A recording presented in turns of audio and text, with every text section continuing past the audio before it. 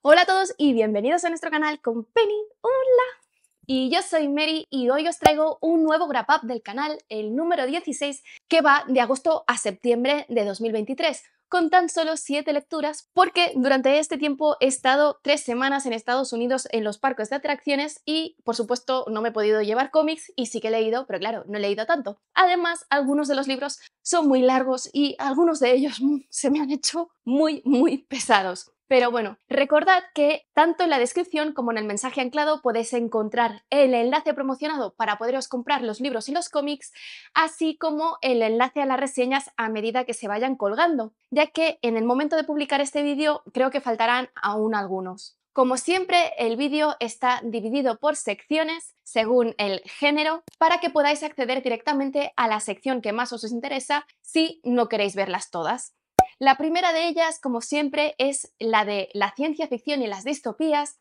empezando por el clásico de la ciencia ficción Starship Troopers de Robert A. Heinlein, que es una novela de ciencia ficción militar, aunque también se habla de ficción filosófica, puesto que Heinlein, cuando escribió este libro, lo que quería era trasladar a su sociedad del momento su pensamiento de que el ejército básicamente iba a salvar el mundo, y en lugar de escribir un artículo, como lo que quería era que llegase a la juventud que estaba muy desbocada, lo hizo escribiendo un libro. Claro, ¿qué es lo importante? Que hay que saber qué es lo que tiene este libro y lo que no tiene, porque no tiene la acción típica de las novelas de ciencia ficción, de introducción, nudo, desenlace, sino que la guerra espacial intergaláctica que se lucha en este libro es simplemente el fondo de lo que es verdaderamente importante y que es este panfleto.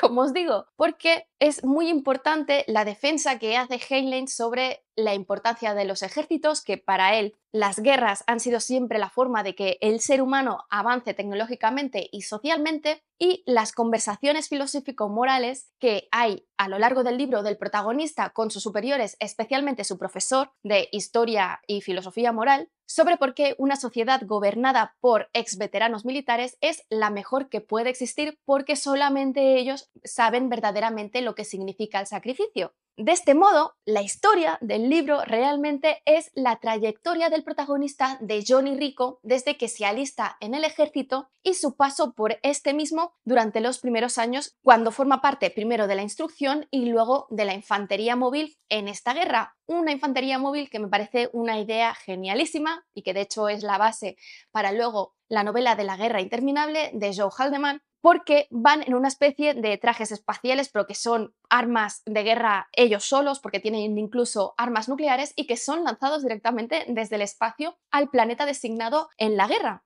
En este mundo, que se sitúa unos 700 años en el futuro, hay un gobierno mundial que está formado por los ex veteranos, porque ellos son los únicos que pueden tener derechos políticos, pero es cierto que el resto de la población vive muy bien y pueden tenerlo completamente todo, simplemente que no pueden decidir sobre su destino. Y es en este mundo en el que Johnny Rico decide, sin pensárselo mucho y más bien dejándose llevar por su mejor amigo, alistarse para conseguir esta ciudadanía completa contra los deseos de sus padres, por lo que al inicio realmente no está convencido de que esta sea la sociedad mejor, y la novela finaliza cuando él acepta completamente que el ejército es lo mejor que te puede suceder en la vida, mientras a lo largo de la novela está luchando en esta guerra intergaláctica. Es una novela que la verdad he disfrutado mucho, pero como os digo, hay que saber lo que se está leyendo. La siguiente dentro de este género es Ubik de Philip K. Dick, que se trata de una novela de ciencia ficción que ni siquiera se podría llamar distopía, que juega continuamente con el concepto de realidad, incluso al final, que te genera la duda final, como en la película de Origen, que al final no sabes si lo que está viviendo es real o no. Transcurre en un mundo en el que existen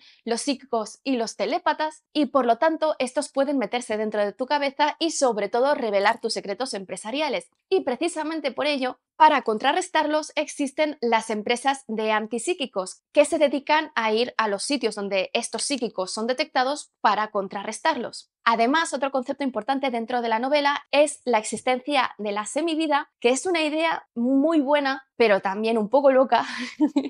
en la que las personas cuando mueren, si son cogidas a tiempo, pueden durante un tiempo vivir en esta semivida en la que están en unos ataúdes conectados y mantenidos así en un estado de estasis, y sus familiares pueden ir hablando con ellos mientras se mantiene este hilo de conciencia. hay que decir que con respecto a las otras obras de Philip K. Dick, creo que está muchísimo más desarrollada no solo en cuanto a la calidad de la trama, sino también con los personajes, por lo que no es únicamente una conjunción de ideas potentes y un mundo interesante. La novela está protagonizada por Joe Chip, que trabaja precisamente en una de estas empresas de antipsíquicos para su jefe, Glenn Runsiter, cuya mujer se encuentra en semivida desde hace como 50 años y que sigue codirigiendo la empresa junto a él. Al inicio de la novela le traen una nueva aspirante a trabajar con ellos, Patty Conley, que tiene un poder extraordinario que no se ha visto antes porque tiene la capacidad de viajar atrás en el tiempo para contrarrestar lo que los psíquicos y los telépatas han hecho. Sin embargo, todo se va un poco al traste cuando Runsiter acepta un trabajo que puede ser muy importante a nivel económico de una de las empresas más poderosas para que contrarreste los psíquicos que están causando el caos dentro de la misma.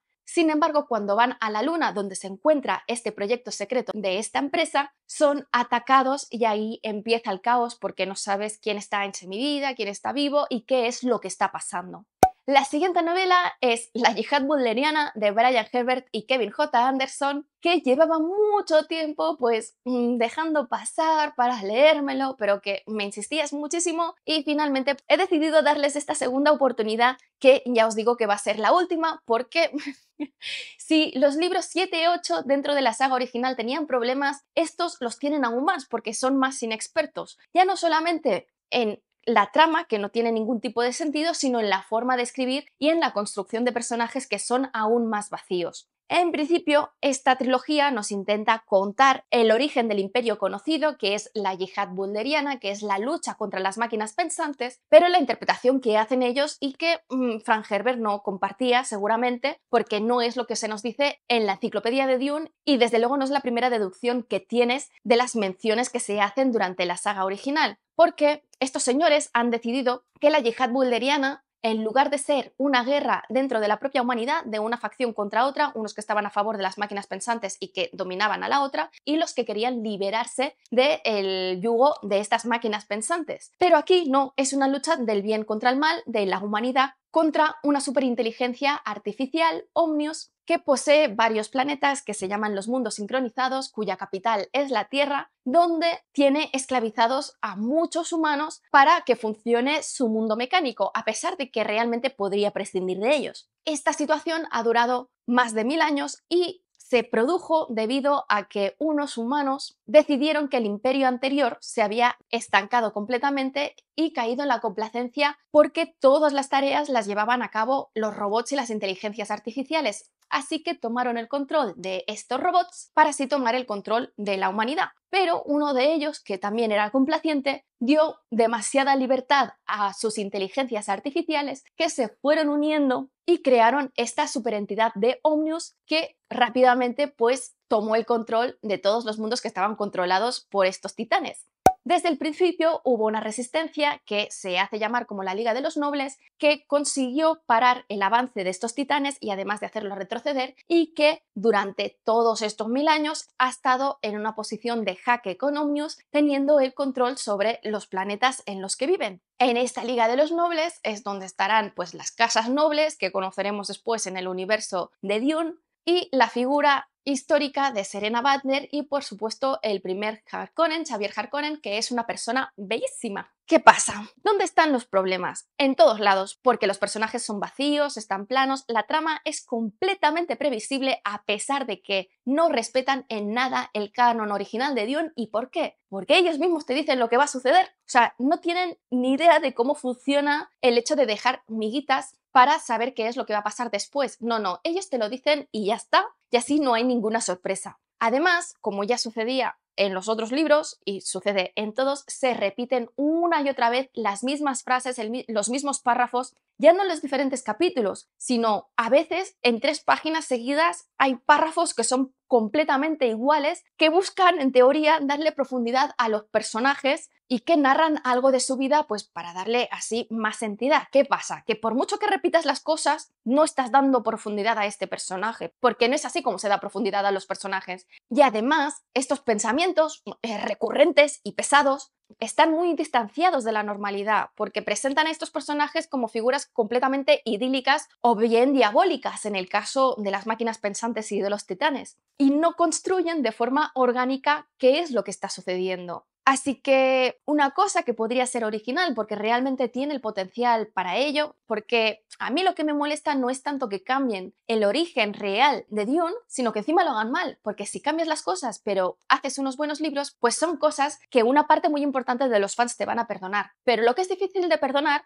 es que lo cambies todo y encima lo hagas mal, que es lo que sucede aquí. Porque encima en esta trilogía nos intentan presentar el origen de todo lo que hay en Dune. Y cuando digo todo, es todo. De las escuelas, de las facciones, de las naves que pliegan el tiempo y que te trasladan rápidamente de un punto a otro del universo, a pesar de que esta tecnología se desarrolló mucho tiempo después de la Yihad. Y encima también tenemos también un proto-Kwisatz Haderach, proto-Bene Gesserit. Las proto-Bene Gesserit son incluso más poderosas que las propias Bene Gesserit, así que ¿qué sentido tiene que existan? Incluso hay el héroe este en Arrakis y que ya piensa defender a Arrakis de los que van a robar la melaje. O sea, es que de verdad no tiene ningún tipo de sentido todo. Y solo de pensar que aún me queda por leer un libro y hacer la reseña de otros dos, es que me dan ganas de tirarme por la ventana. El siguiente libro dentro de esta sección, por supuesto, es el segundo de Leyendas de Dune, La Cruzada de las Máquinas, que donde el primer libro era tolerable, este libro aún tiene más páginas, se hace aún más pesado y hay ideas aún más sobrepasadas y no justificadas que destrozan completamente lo que sucede en el universo original de Dune, por lo que no entiendo en lo que estaban pensando estos señores, especialmente en el personaje de Norma Semba, que en el primero es a mí el que me despertaba más interés porque realmente la empatía hacia los personajes la desarrollas no por su tarea como escritores, sino por lo que representan dentro del universo de Dune, no que lo consigan ellos, pero es que aquí con Norma Semba se les va completamente la castaña, que a ver, que es algo que ya sabíamos que pasaba, pero bueno, o sea, es que me parece totalmente desproporcionado.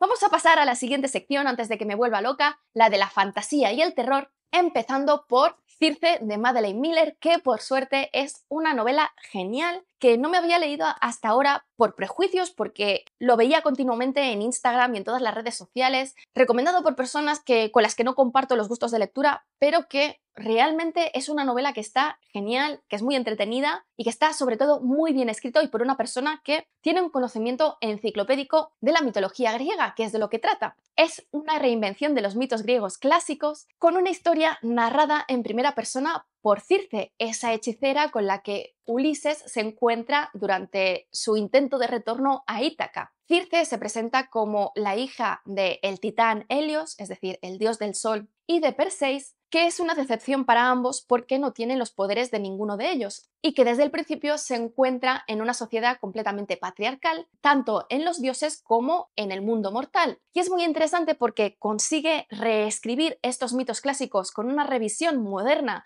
con un personaje que está muy bien escrito y que responde a la literatura actual, pero a la vez manteniéndose fiel a los mitos griegos y sobre todo a la sociedad que existía en ese momento. No se idealiza nada. De hecho, uno de los personajes que están más bien tratados después de Circe es sin duda el de Ulises, Odiseo, ya que no es como la película que todos tenemos en mente y que hemos visto desde pequeños, en la que Odiseo es un personaje fantástico y que no comete ningún tipo de error, sino que tiene sus luces y sus sombras, un personaje magnético pero que a la vez comete actos atroces de los que él mismo es consciente. Y es una historia claramente enmarcada dentro del movimiento feminista porque es la historia de la emancipación de la propia Circe, de buscar su independencia dentro de esta estructura patriarcal y poder encontrar así la felicidad. Y a lo largo de toda la novela pues vamos encontrando los diferentes mitos griegos que están realmente muy bien imbricados dentro de la historia, no solamente por los que pasa Circe o que tiene una relación cercana, sino también con los que ella no tiene nada que ver y que se mencionan de pasada. Así que es una novela que ciertamente os recomiendo muchísimo. La siguiente de esta sección es Ghost Story, Fantasmas, de Peter Straub, que es una novela de terror, de fantasmas, que de hecho está en mi lista de novelas recomendadas de fantasmas y que es una de las novelas favoritas de Stephen King, con el que Peter Straub ha colaborado en un par de ocasiones y que de hecho eran amigos porque Peter Straub murió hace unos años desde que eran muy jóvenes, hasta el punto de que podemos ver en este libro muchos elementos que también vemos en Stephen King. Pero claro, no sé qué fue antes, si el huevo o la gallina, porque realmente Peter Straub empezó a publicar un poquito antes que Stephen King y en esta novela me recuerda especialmente en varias cosas a los libros de Salem Slot y también de It. Y claro, Salem Slot sí que es anterior, pero It no, porque en esta novela ya vemos a un grupo de amigos, aunque estos tienen pues entre 60 y 70 años, que se tienen que enfrentar a un ente sobrenatural, como sucede en It, que es de una forma muy distinta y un ente también muy diferente, pero que las sinergias que se generan y el desarrollo de los personajes sin duda me recuerdan muchísimo a It. Tiene además una estructura muy peculiar porque está estructurado en el presente en el que se desarrolla la acción, luego hay flashbacks de cada uno de estos miembros y además hay también historias de miedo que ellos se cuentan, porque se reúnen un par de veces al mes y cada uno de ellos cuenta una historia de terror que en principio le ha pasado de verdad.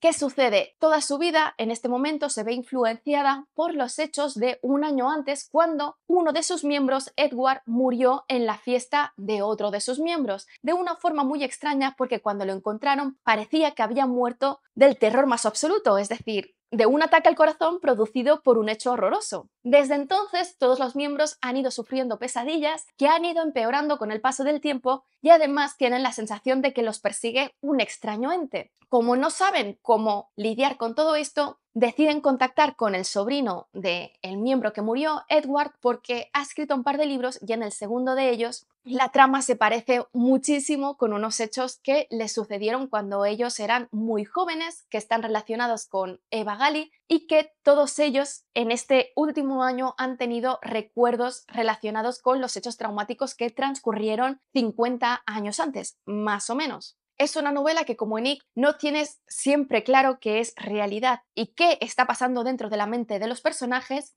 y que verdaderamente es original, que se disfruta muchísimo, pero hay que decir que la resolución sobre este ente sobrenatural pues no termina de ser todo lo fina que podría ser, pero que sin duda es una novela muy disfrutable, sobre todo si os gusta Stephen King, porque como os digo, tienen un estilo muy similar. En este Wrap Up no hay ninguna novela en los clásicos, miscelánea, narrativa, etc. Y pasamos directamente al cómic, del que solamente hay uno, porque durante un mes no he leído nada, que es el volumen 3 de Hellblazer guionizado por Garth Ennis, que es el último guionizado por él. Como en los anteriores, para mí tiene problemas a nivel gráfico y con el dibujo, porque no destinan los mejores dibujantes a esta colección y el hecho de que tengan un dibujo así, que intenta ser muy underground, hace que sea muchas veces un dibujo sucio en el que no se puede distinguir bien a los personajes y a veces incluso lo que sucede en la viñeta. Y además con un dibujo completamente feísta. Es un integral también que está dominado por el hecho de que Garth Ennis en esta época pues empezaba a tener problemas con la editorial y se terminó yendo y el último arco importante que aparece de hecho es unos años después cuando hizo una suplencia entre un guionista y el otro. Es un número además en el que los números independientes pues son bastante de relleno y en los que aparece también en los arcos principales demasiado el personaje de Kit para lo que va a aportar luego en la serie. Que sí, Kit ha sido un personaje muy importante para Constantine durante la etapa de Garth Ennis, pero que creo que aquí ya no debería tener tanta importancia. Hay 3 arcos importantes dentro de este volumen. El primero de ellos, La llama de la condenación, que creo que es el que menos me ha gustado, a pesar de que la idea es muy original y tiene momentos pues muy buenos, en el que es más bien un viaje psicodélico después de que Constantine se haya recuperado de su caída en la desgracia más absoluta tras su ruptura con Kit, cuando es atacado por un chamán del vudú, Papa Midnight, que lo envía a una especie de limbo en el que vemos a JFK que se dedica a deambular por un Estados Unidos destruido mientras se aguanta la cabeza para que no se le desparramen los sesos y ambos tienen que intentar salir de allí. Es un arco que es muy duro en su crítica política, pero que creo que se acaba haciendo redundante a pesar de ser una muy buena idea. El siguiente arco es Un vividor a las puertas del infierno, que es el intento de venganza del primero de los caídos contra Constantine por haberse burlado de ellos al venderle su alma. además utilizando a Astra, a la niña que murió por culpa de Constantine al inicio de todo, para vengarse de él. Y finalmente el último arco, que es Hijo del Hombre y que con diferencia es el más irreverente de todos los de Garcenis. Incluso en esta locura y esta presentación sinceramente me recuerda a The Voice, porque vemos cosas que son idas de olla muy grandes, pero que es un arco también muy bueno. Básicamente son las consecuencias para Constantine de, en el pasado, haber resucitado el hijo de un mafioso que amenazaba con matarlo si no lo hacía, pero que claro, como es imposible resucitar a nadie, lo que hizo fue meter un demonio dentro del cadáver del niño. Y este demonio pues ha estado haciendo cosas muy feas a lo largo de estos años que van a pillar a Constantine. Y bueno, eso es todo, espero que os haya gustado. Si es así, dadle al like, dejad comentarios que ya sabéis que siempre los contesto. Si no estáis suscritos, suscribíos y sobre todo, dadle a la campanilla para que YouTube os avise de cuando cuelgo nuevos vídeos. Nos vemos en el siguiente.